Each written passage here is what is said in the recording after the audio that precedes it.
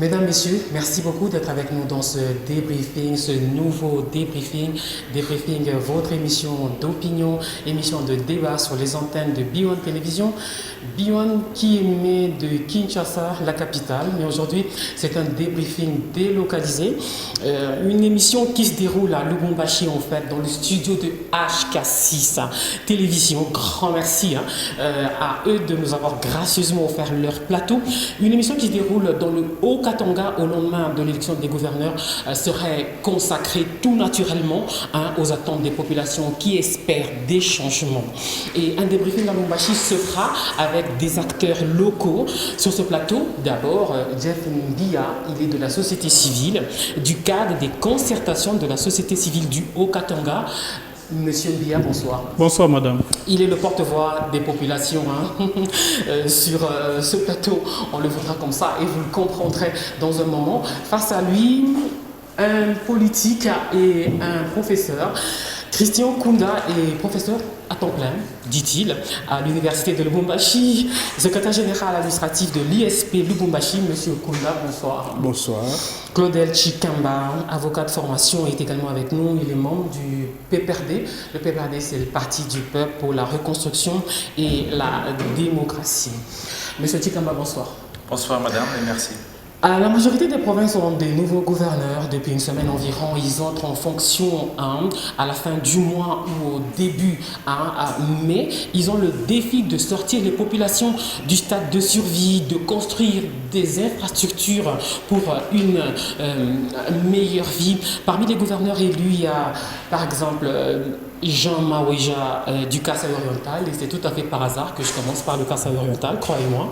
Zoé Kabila du Tanganyika, Martin Kabouya au Kasaï, Richard Mouyej au Lualaba et Jacques Yaboulakatoué du Haut-Katanga, puisque né à Lubumbashi, c'est de lui qu'on va parler. Monsieur Ndia, comment la société civile on a accueilli l'élection de Jacques Yaboulakatoué comme gouverneur du Haut-Katanga? Merci beaucoup, madame. Normalement, au niveau de la société civile, on avait besoin du renouvellement de la classe politique, mais aussi du rajeunissement. Et étant donné que ces vœux ont été atteints, pour nous, société civile, nous estimons que l'avènement de Jacques Yaboula répond aux attentes de la société civile et de la population. C'est vrai qu'il y a eu des élections. Nous attendons que la Cour puisse arriver à confirmer ces élections. Mais ce qui était important, c'est d'avoir des nouvelles têtes, de nouveaux visages à la tête de cette province. Et pour nous, nous attendons cette fois-là comment il va mettre en œuvre les projets ou son programme de société. Et en tant que société civile, nous serons là maintenant pour voir ce qu'il avait pris comme l'engagement devant les élus provinciaux, s'il va réellement respecter cet engagement. Claudel Chikamba, un jeune, 43 ans, élu gouverneur du Haut-Katanga. Pour le PPRD, votre parti, son parti, ça représente quoi? L'espoir. L'élection de Jacques Yaboula pour le PPRD, c'est le signe de l'espoir que notre parti entend bien sûr insuffler dans la société. Après avoir écouté et entendu les électeurs, après les avoir écouté également leurs doléances, mais également leur façon de voir les choses après l'élection du 30 décembre, il était donc impérieux pour nous de pouvoir recadrer le tir et de voir dans quelle mesure on allait avoir une nouvelle façon de faire les choses. Et donc, on a joué sur des cartes assez réparties d'une autre manière. Et voilà qu'aujourd'hui, le PPRD se retrouve comme étant le premier parti ayant le plus grand nombre des députés à l'Assemblée nationale, le premier parti ayant le plus grand nombre des députés à l'Assemblée provinciale du Haut-Katanga.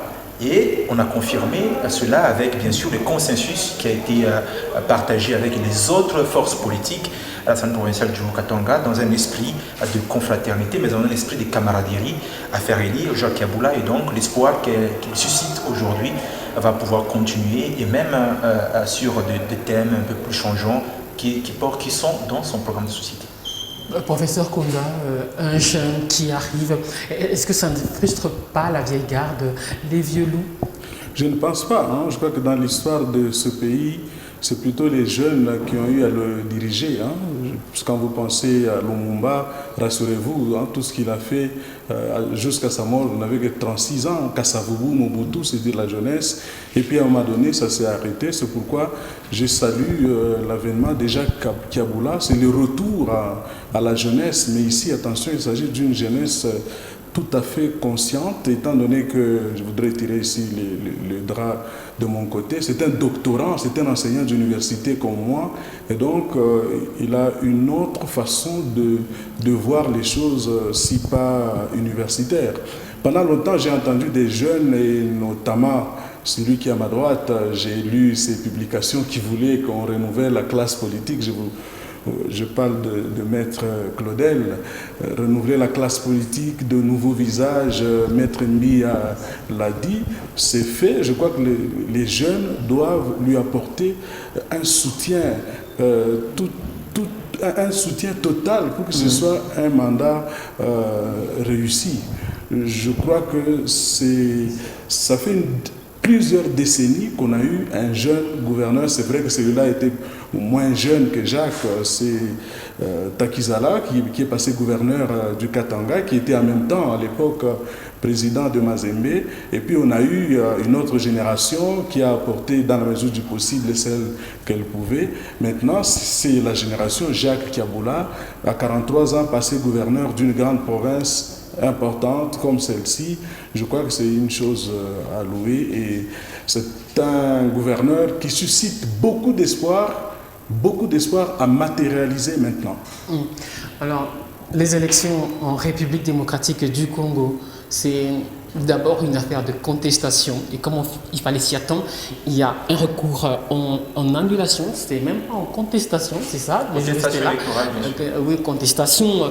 Jean-Claude Mouyambou, candidat malheureux à cette élection, demande qu'on annule. Réaction?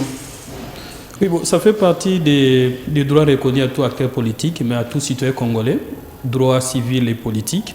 Il estime être lésé de la manière dont Jacques Kiaboula a été élu. Il est de bon droit qu'il puisse aller saisir le juge électoral. C'est ce qui a été fait, mais il faudra cette fois-là, maintenant, l'administration de la preuve. J'espère que ses avocats, ou plutôt les témoins, ont réuni tous les moyens qu'il faut pour lui permettre que sa requête soit déclarée recevable et fondée. C'est vrai qu'il y a eu l'article 58 qui a été soulevé par la partie FCC dans le cadre de l'impossibilité de tout candidat à voter tout seul, devait se faire accompagner. Il revient maintenant au juge d'examiner cette impossibilité. Là, c'est le rôle des juges, doit le faire. Bon, c'est normal, la procédure doit être respectée. Ce sont des étapes d'un cycle électoral, et Mouyambo n'a fait qu'user de son droit en tant que candidat gouverneur. Jusque-là, on ne peut pas dire candidat gouverneur malheureux, mais non élu. D'accord. Claudia Chikamba. Je ne vois pas pourquoi M. Mbia ne voudrait pas désigner M. Mouyambo comme candidat gouverneur malheureux et candidat gouverneur malheureux, parce que la CENI a déjà publié les résultats provisoires de l'élection. Alors maintenant on attend les résultats définitifs. Maintenant on attend les résultats définitifs, cela va de soi. Mais maintenant, peut-être trois choses.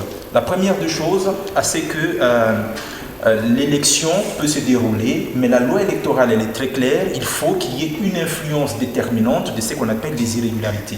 C'est-à-dire que dans l'élection, il peut y avoir des irrégularités, mais il faut que ces irrégularités aient une influence déterminante sur les résultats. Alors ça dépendra maintenant de ce que M. Mouyambo dira, effectivement, devant le juge électoral, pour voir si réellement ces irrégularités ont eu lieu et si elles ont eu une influence déterminante. Alors, deuxième chose assez importante. Qu'est-ce que lui considère comme irrégularité? Le fait que les votants, donc les électeurs, chacun était assisté.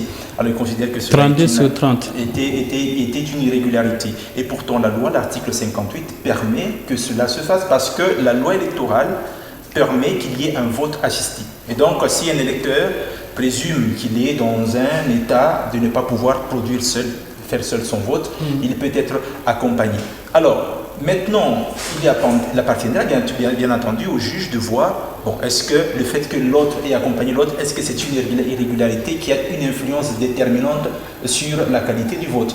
Et donc, c'est une matière dont les... Il faut noter qu'à l'élection assez du 30 étendus. décembre, moi j'ai vu dans des bureaux de vote des gens se faire assister, non? Ceux qui n'arrivaient pas à voter tout seuls avec la machine à voter. Effectivement, la loi donne la latitude aux électeurs de pouvoir se faire assister. Mais la loi donne une nuance. Celui qui assiste l'électeur ne peut pas communiquer le choix que l'électeur a fait. C'est ce que la loi dit exactement. Alors, la loi, est-ce que la loi dit clairement combien de gens doivent être assistés dans un bureau de vote? La loi ne le dit pas. La loi dit, est-ce que la loi dit clairement c'est dans quel cas cette impossibilité on la définit comment? La loi ne le dit pas. Mais par contre, ce que je voudrais attirer ici comme attention de tout le monde, c'est que le requérant, M. Muyambo, a affiché comme attitude dans le bureau de vote est plutôt un acte assez répréhensible. Parce que l'article 88 de la loi électorale est très clair. Qu'est-ce que vous lui reprochez? Lorsque dans un bureau de vote, vous causez un trouble d'ordre public dans un bureau de vote, vous avez tous suivi cette vidéo. Fait à l'intention de ceux qui nous regardent? Vous avez tous suivi cette vidéo où M. Muyambo entre dans le bureau de vote, il crie à l'intention de votants et même des agents de la CENI, leur reprochant de faire une mise en scène, leur disant clairement qu'ils n'allaient pas se laisser faire. En fait, tout cela peut se résumer comme étant un trouble d'ordre public parce que l'ordre public réunit la tranquillité, mais aussi la salubrité et la quiétude, donc la sécurité. Et donc ces éléments-là peuvent peut-être être retournés contre lui. Mais je crois ici que nous sommes plutôt sur une question de droit. Et donc le juge, tenant compte de tous les éléments qui lui seront présentés, dans la requête notamment du requérant, va devoir donc juger sur le fond.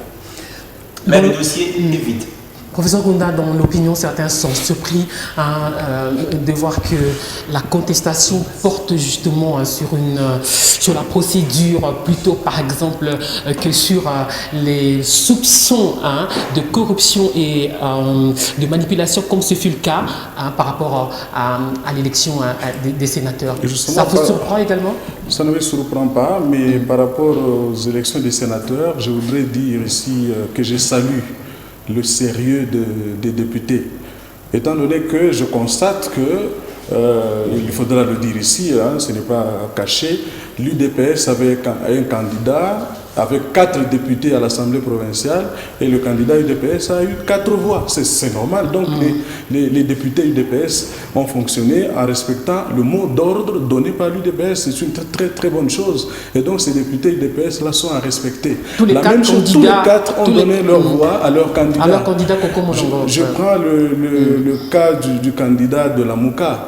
À l'Assemblée provinciale du Haut-Katanga, il y a 11 députés de la Mouka et le candidat la Mouka a eu 11 voix. Donc pour moi, il n'y a pas eu de corruption. Donc les choses ont fonctionné normalement bien. Le candidat Kiaboula, qui a eu 32 voix, et tous du FCC, plus les chefs coutumiers qui ont voté pour lui. C'est un jeu démocratique. C'est quelqu'un qui gagne haut la main, comme on dit, en l'élection. Et donc, il faut féliciter tous les députés, coloration politique confondue, tous les députés provinciaux du Haut-Katanga. C'est des gens qui ont fonctionné, en tout cas, de la très bonne manière dans l'élection de Jacques Kiaboula. En ce qui concerne le bâtonnier Muyambo, Maître Mbi l'a dit, nous sommes dans une démocratie, l'état de droit est en train de s'installer, c'est une démarche tout à fait démocratique, il a le droit de la mener, mais laissez-moi vous dire que je note qu'il n'y a pas eu de soupçons de corruption, plutôt chaque plateforme a respecté son mot d'ordre. Madame, il y a quelque chose.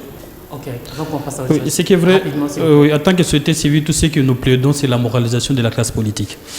C'est vrai qu'arithmétiquement, les candidats FCC devaient passer. Mais personnellement, on ne devait pas assister à ces scénarios. Lequel? Je ne pense pas que les mêmes députés qui ont voté pour les sénateurs, qui n'avaient pas l'impossibilité de voter tout seuls, devaient le faire pour les candidats gouverneurs. Là, ça entre dans la moralisation de la classe politique. On ne devait pas assister. 32 et 30 députés se sont fait accompagner. Nous sommes des citoyens, nous sommes de la société, nous disons qu'on ne devait pas assister à ces scénarios, étant donné qu'arithmétiquement, Jacques Kiaboula devait passer gouverneur. Et il revient maintenant au juge aujourd'hui de savoir si réellement tous ces députés étaient dans l'impossibilité de voter tout seuls. Et là, je pense que le juge a la possibilité d'interpréter, parce qu'il y a même temps c'est les juges constitutionnels, en même temps les juges électoraux qui jouent en termes de l'administration. Nous voulons cette classe, nous avons besoin d'un gouverneur parce qu'il y a un besoin. Les attentes sont là, la constatation même des grands acteurs de la vie de Lubumbashi démontre les attentes de la population. Mais on ne devait pas assister à ces scénarios. Si vous m'accordez une minute, madame, puisque Maître Mbia parle de la moralisation de la classe politique, je crois que ça vaut la peine. Il ne faut pas que l'on continue à tromper la masse parce qu'elle n'a pas d'âme.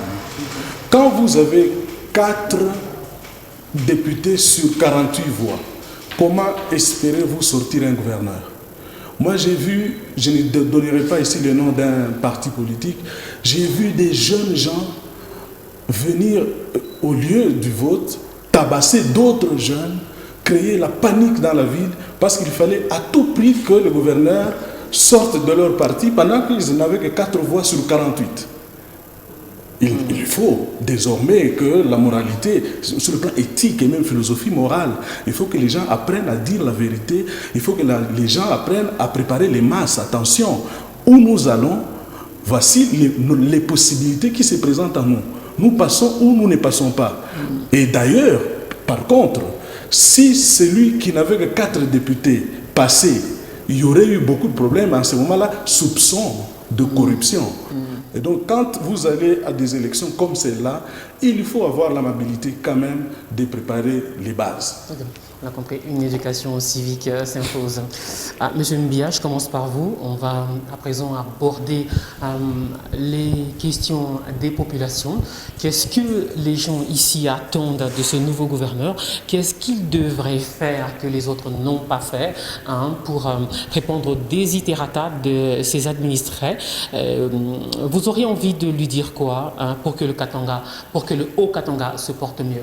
Moi, je pense que la première des choses, c'est que les gouverneurs devaient d'abord capitaliser la révision du code minier, l'aspect redevance minière. Aujourd'hui, chaque entité impactée négativement ou positivement par l'exploitation minière bénéficie de 15% de la redevance minière, qui est la valeur commerciale qu'une entreprise, après la vente, revient automatiquement. Aujourd'hui, ça bloque. Et je pense, parmi la première action qu'ils devaient poser, c'est arriver à débloquer. Aujourd'hui, les entreprises sont prêtes à verser l'argent dans les comptes des entités décentralisées bénéficiaires, mais l'arrêté du gouverneur des provinces bloque cela. Et c'est l'argent propre aux communautés et qu'on devait affecter aux priorités de chaque entité qui a déjà un plan de développement local. En dehors de ça, si madame, vous avez observé... Oui, et ça changerait quoi à l'intention de ceux qui nous suivent? C'est l'argent propre à la communauté et qui devait être affecté. En termes de combien, par exemple?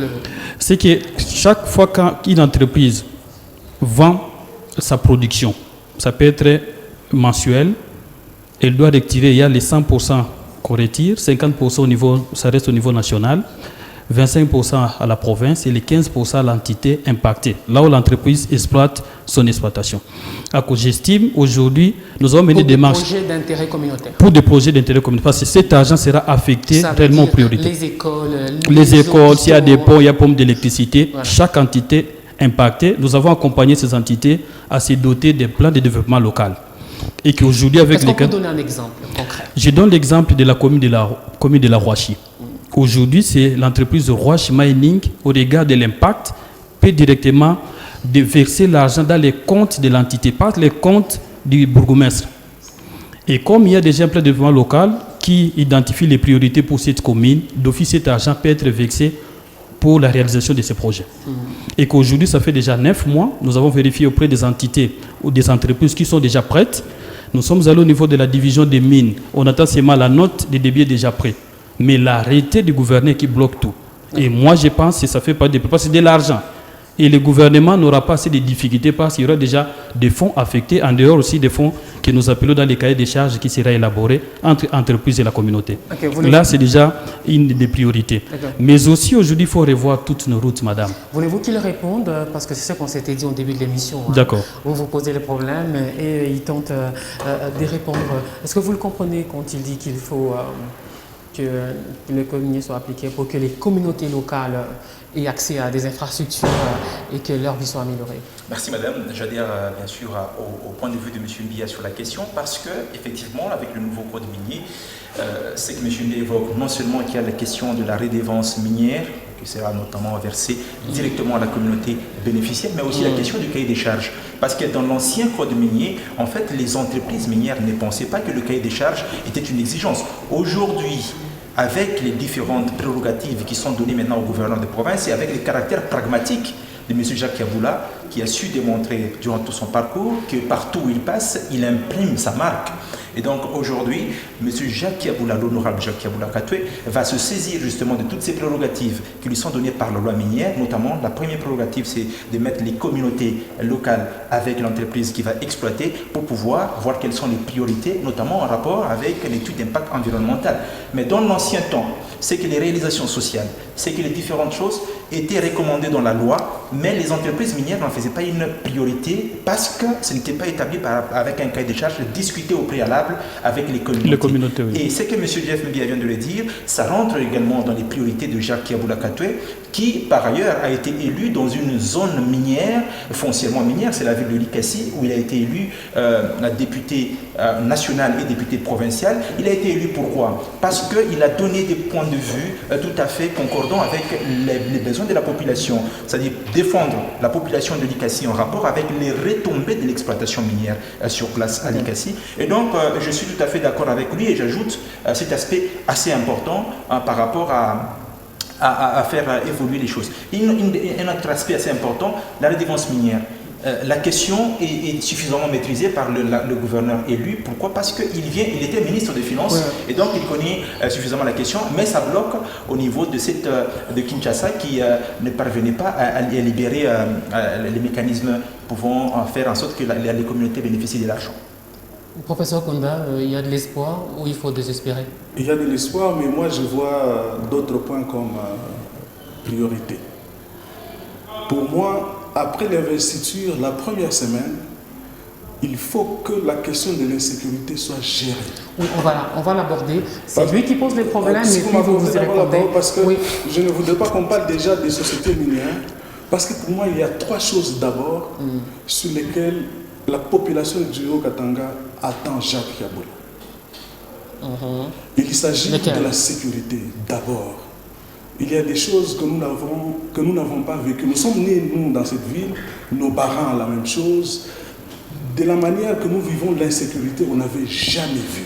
C'est-à-dire que les gens entrent, à l'époque, on pouvait vandaliser une maison, mais que les gens entrent, mangent, violent et volent, ça on n'avait jamais vu. Nous l'attendons en parlant ici, je me mets dans la peau aussi de Maître Mbia, dans la peau de la population. C'est sur ce genre de choses. La première semaine, la deuxième semaine, nous devons sentir ce changement-là. Qu'est-ce qu'il devait faire? Qu'est-ce qu'il devait faire d'après vous? Mettre des moyens à la disposition des services sécuritaires, mais il faut que tous les partenaires l'assistent pour que cette insécurité s'arrête. Quel partenaire? Parce que la population notamment, il y a la population, la police, l'armée, voilà, tous les partenaires doivent intervenir pour que l'insécurité s'arrête. Lubumbashi, c'est une grande ville, en à général, peu près 4 millions d'habitants.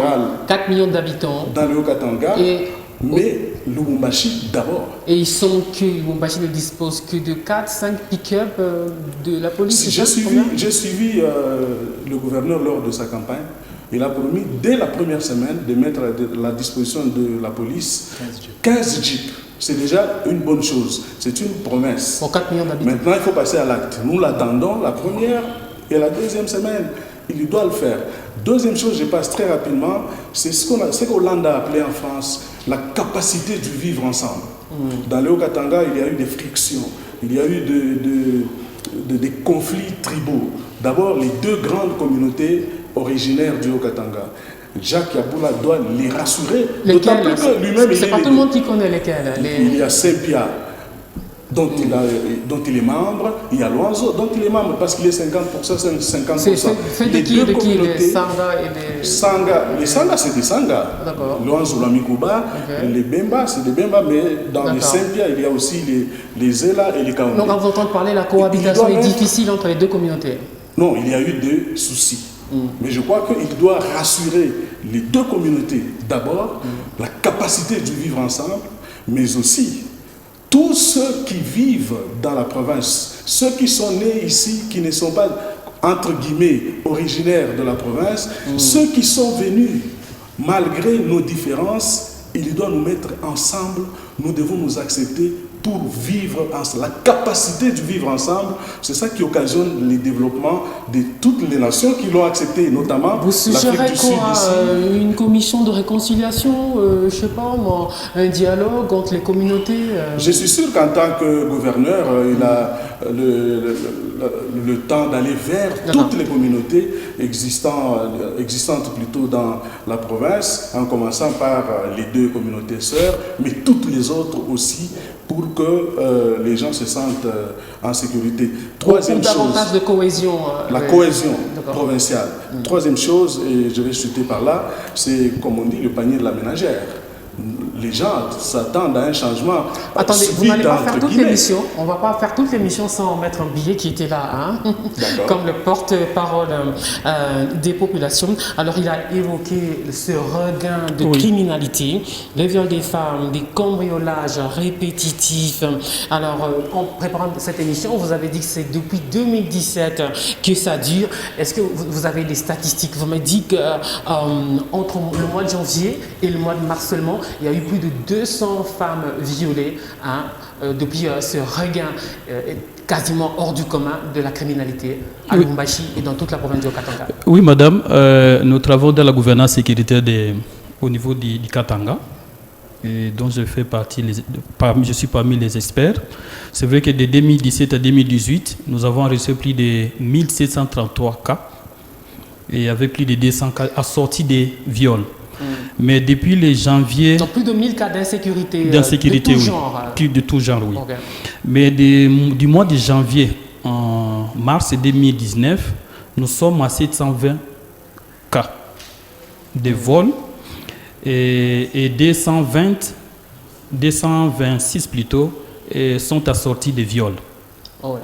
Et nous avons présenté notre rapport aux autorités, aux parties prenantes, au Conseil de sécurité, au niveau de la mairie, pour qu'à leur niveau, qu'on puisse prendre des mesures qu'il faut pour sécuriser la population de leurs biens.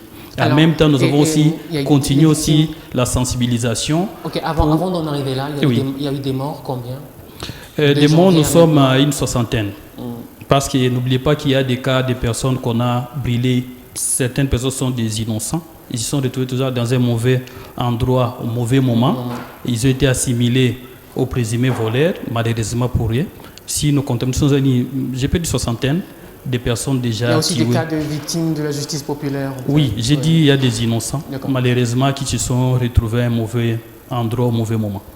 Mais ce qui est vrai, nous avons constaté... Est-ce qu'il y a eu des coupables qui ont été arrêtés? Présent? Il y a eu des coupables qui ont été arrêtés, traduits en justice? Bon, malheureusement, parce que nous suivons de près. Et la plupart, nous avons constaté, ça fait 48 heures qu'il y a des présumés voleurs qu'on a présentés. Je me suis posé la question, ces gens-là n'avaient que 2, 3, 4 armes, alors qu'on nous a présenté une cinquantaine de personnes. Je crains que nous puissions assister à un scénario de tous les jours. Parce que quand vous allez arriver au niveau de l'auditorat, ces gens-là ne seront jamais transférés à l'auditorat. Je craignais aussi que peut-être les conseils de sécurité a estimé, étant donné que les chefs de l'État étaient sur place, les chefs d'état-major, il fallait les présenter que nous faisons du travail du terrain. Mais nous savons que la plupart des gens qui sont interpellés, ils sont présentés des fois en flagrance, parce que si on arrête quelqu'un avec une arme, d'office, il passe en flagrance. Qu'est-ce qu'on attendait pour organiser les audiences foraines et les gens assistent sérieusement aux efforts du gouvernement? C'est pourquoi je crains que nous puissions assister à un scénario pour peut-être pousser les chefs de l'État à ne pas décider contre ces gens-là. Mais nous devons aussi signaler que nous avons aussi assisté à une sous forme de mutation. Je peux dire les modes d'opération de tous ces voleurs.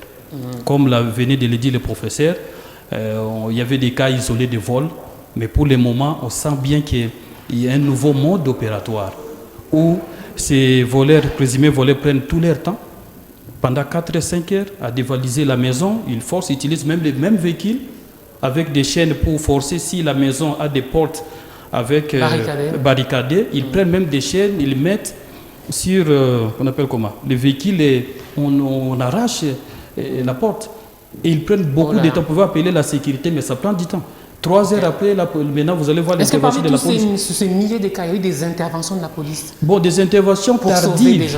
Des interventions tardives, raison pour laquelle aujourd'hui la population a décidé de se prendre en charge. Ça fait partie. Et nous, à notre niveau, nous avons dit, on s'est même dit, lorsque le niveau de criminalité dépasse la capacité opérationnelle des forces de sécurité, la première des choses, c'est de procéder à la permutation de la chaîne de commandement. Vous venez de parler tantôt des populations qui se prennent en charge. Qu'est-ce qu'elles font?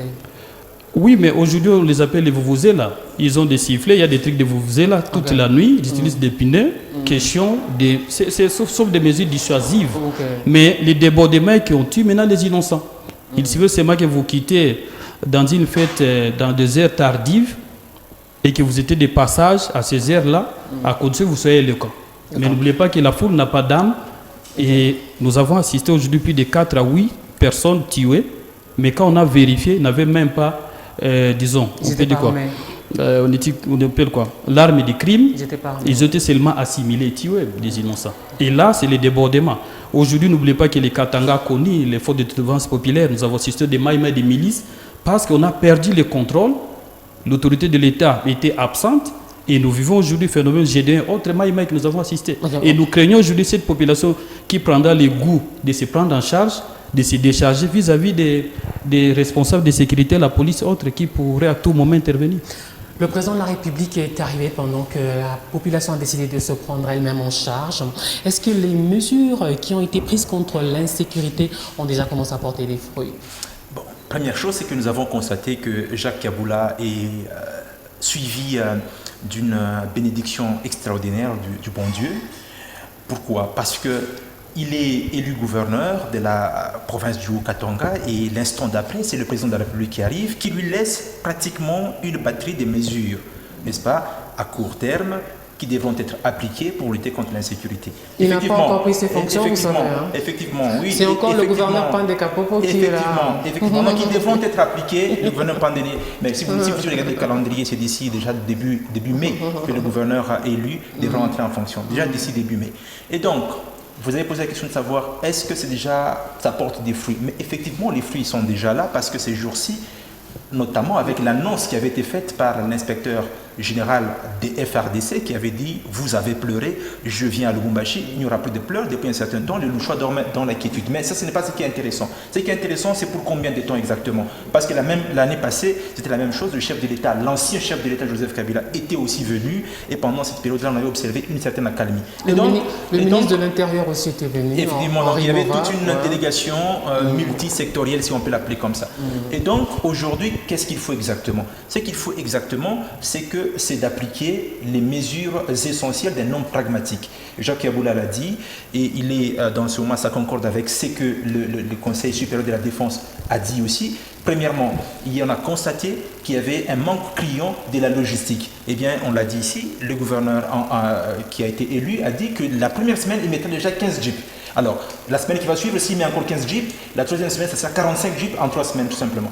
Alors maintenant, qu'est-ce qu'il faut exactement? Ce qu'il faut, c'est de veiller à ce que les mesures qui ont été arrêtées soient prises. Premièrement, qu'on permute, comme M. Biel a dit, les responsables de la chaîne de sécurité. Deuxièmement, que la logistique suive. Troisièmement, mais également qu'on fasse ce qu'on a dit, qu'il faut que tous les militaires et que tous les policiers qui se sont repliés sur les maisons de gardiennage puissent rentrer pour servir la population. Parce que ce qu'on constate réellement, c'est quoi? C'est que les militaires n'étant pas bien payés, les policiers n'étant pas bien payés, à la recherche de lucre, ils vont carrément travailler pour les privés et que ces privés les payent et bon, ils peuvent carrément rester là-bas et la pauvre population qui n'a pas les moyens de donner ne peut pas venir. Et donc, s'il faut appliquer cette solution, il y a une quatrième solution qui vient et à laquelle tient Jacques Kaboula, qui compte améliorer aussi les sociétés de la population. C'est quoi exactement? C'est que le salaire du policier soit amélioré. Parce que vous n'avez pas demandé à un policier de laisser là où il gagne son pain, de venir à la maison pour toucher seulement 80 000 francs et 90 000 francs congolais alors qu'il a une arme.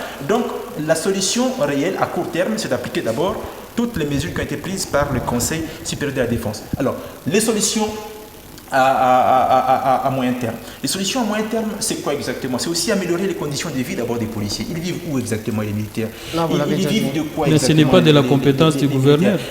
Et donc ce n'est pas de la compétence du gouverneur, bien sûr, mais vous savez très bien le président de la République, Félix Tshisekedi, avait promis aussi premièrement que le gouverneur en tant que président entre guillemets, du Conseil provincial de la sécurité, peut faire des recommandations au niveau de la hiérarchie militaire, peut faire des recommandations au niveau du président de la République dont il est le représentant pour que les différentes réalités de terrain soient prises en charge. Mais une chose au moins qu'il faut déplorer sur ce plateau, qu'on n'a pas déploré jusqu'à l'instant, c'est que pendant tout ce temps, c'est aujourd'hui que le Conseil supérieur de la Défense nous dit que les troupes sont très mal encadrées et qu'il y a un déficit criant d'encadrement des troupes. Et pourtant qu'il y a des responsables qui sont censés encadrer ces troupes-là. Nous l'avons dénoncé, personne ne suit. C'est tout à fait...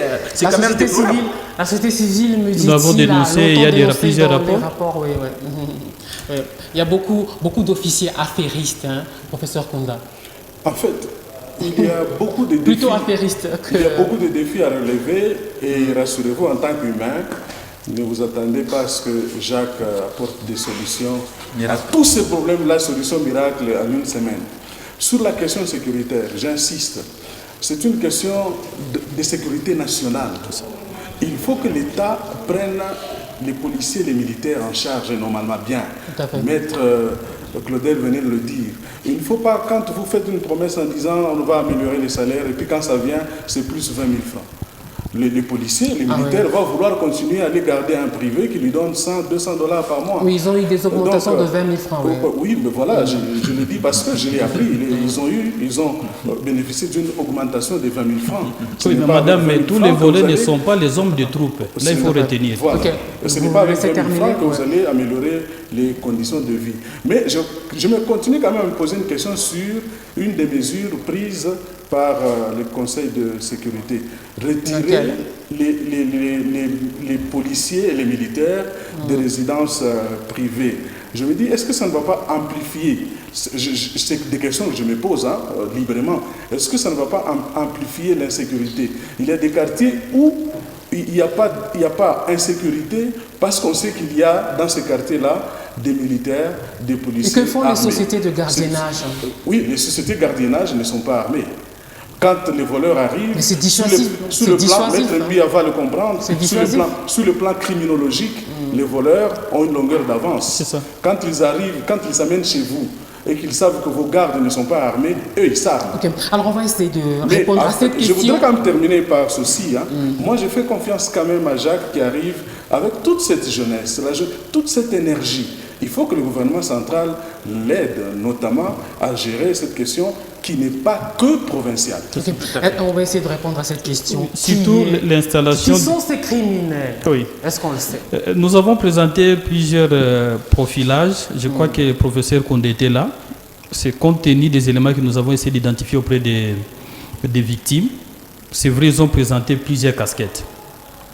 Parce que les victimes décrivent leur... des victimes survivantes.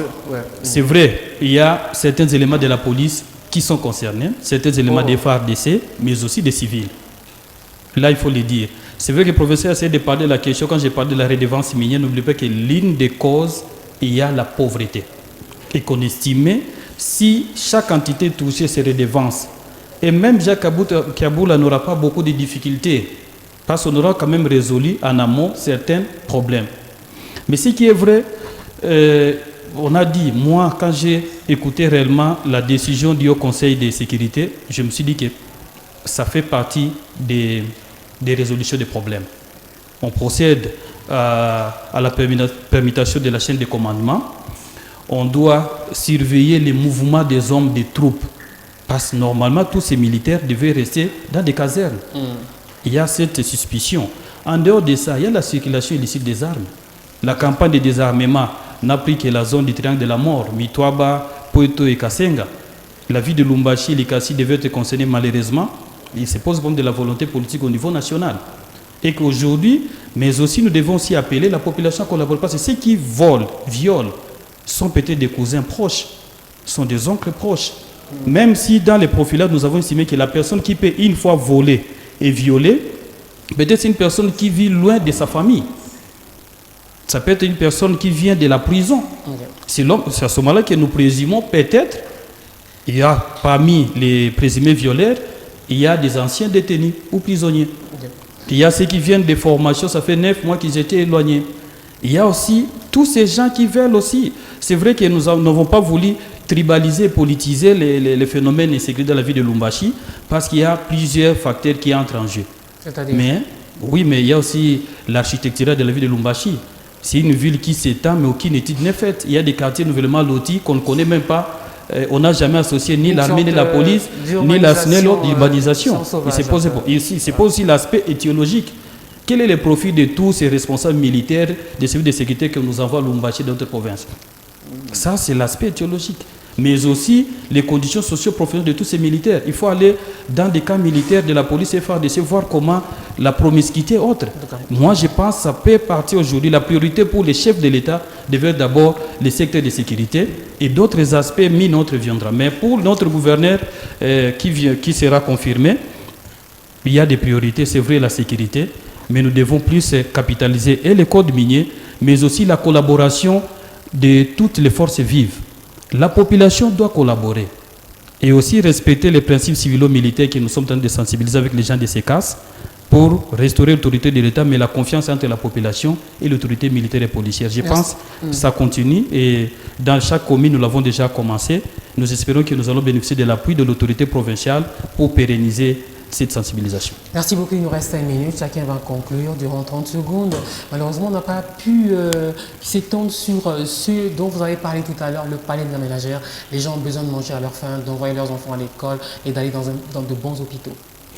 Moi, je voudrais simplement dire qu'il faut que tous les Hauts-Katangais, ici, je voudrais dire, les non-originaires et les originaires ensemble, de faire confiance à Jacques Yabula, qui est a priori un universitaire.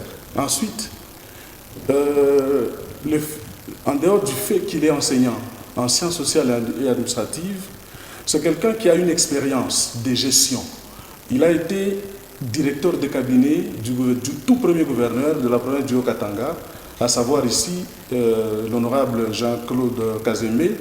Il a été dans la gestion de la fonction publique pendant longtemps.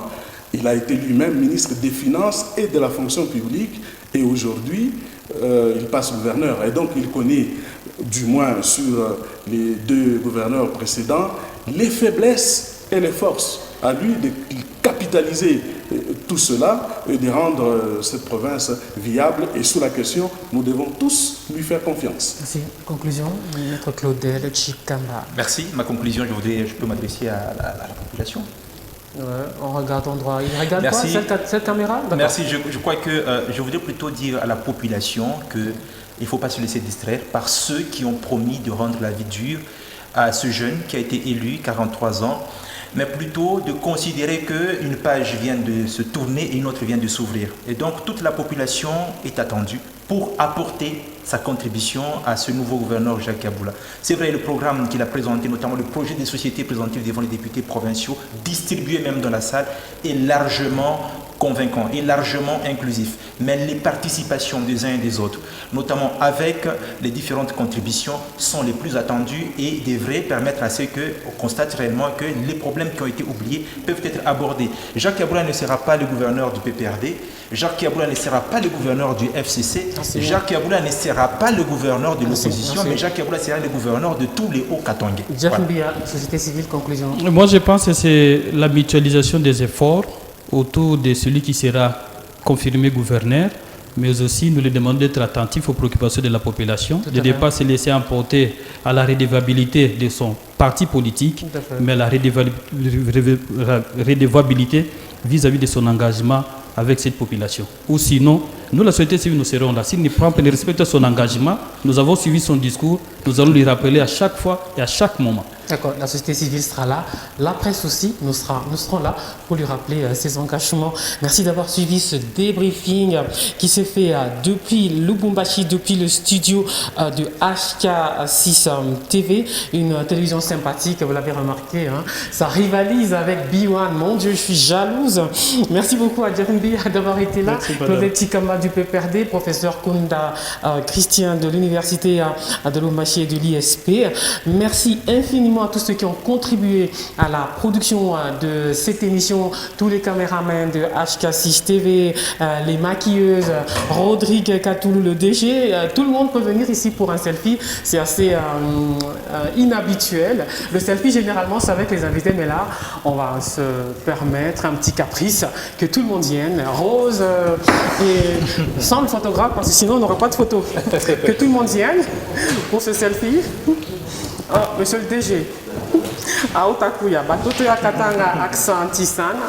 Elle est où la maquilleuse qui était venue gentiment Elle est là, elle travaille. Ok, viens. Oh, Rose, viens par ici. Ok, on termine par une grande photo. Tout le monde est là. Ok. Merci beaucoup. C'est pas un selfie à proprement parler, mais c'est vraiment une photo, mais qu'on mettra en fin d'émission. Et Batoto ya Katanga, accenti. Au revoir et à la semaine prochaine pour un autre débriefing. Au revoir.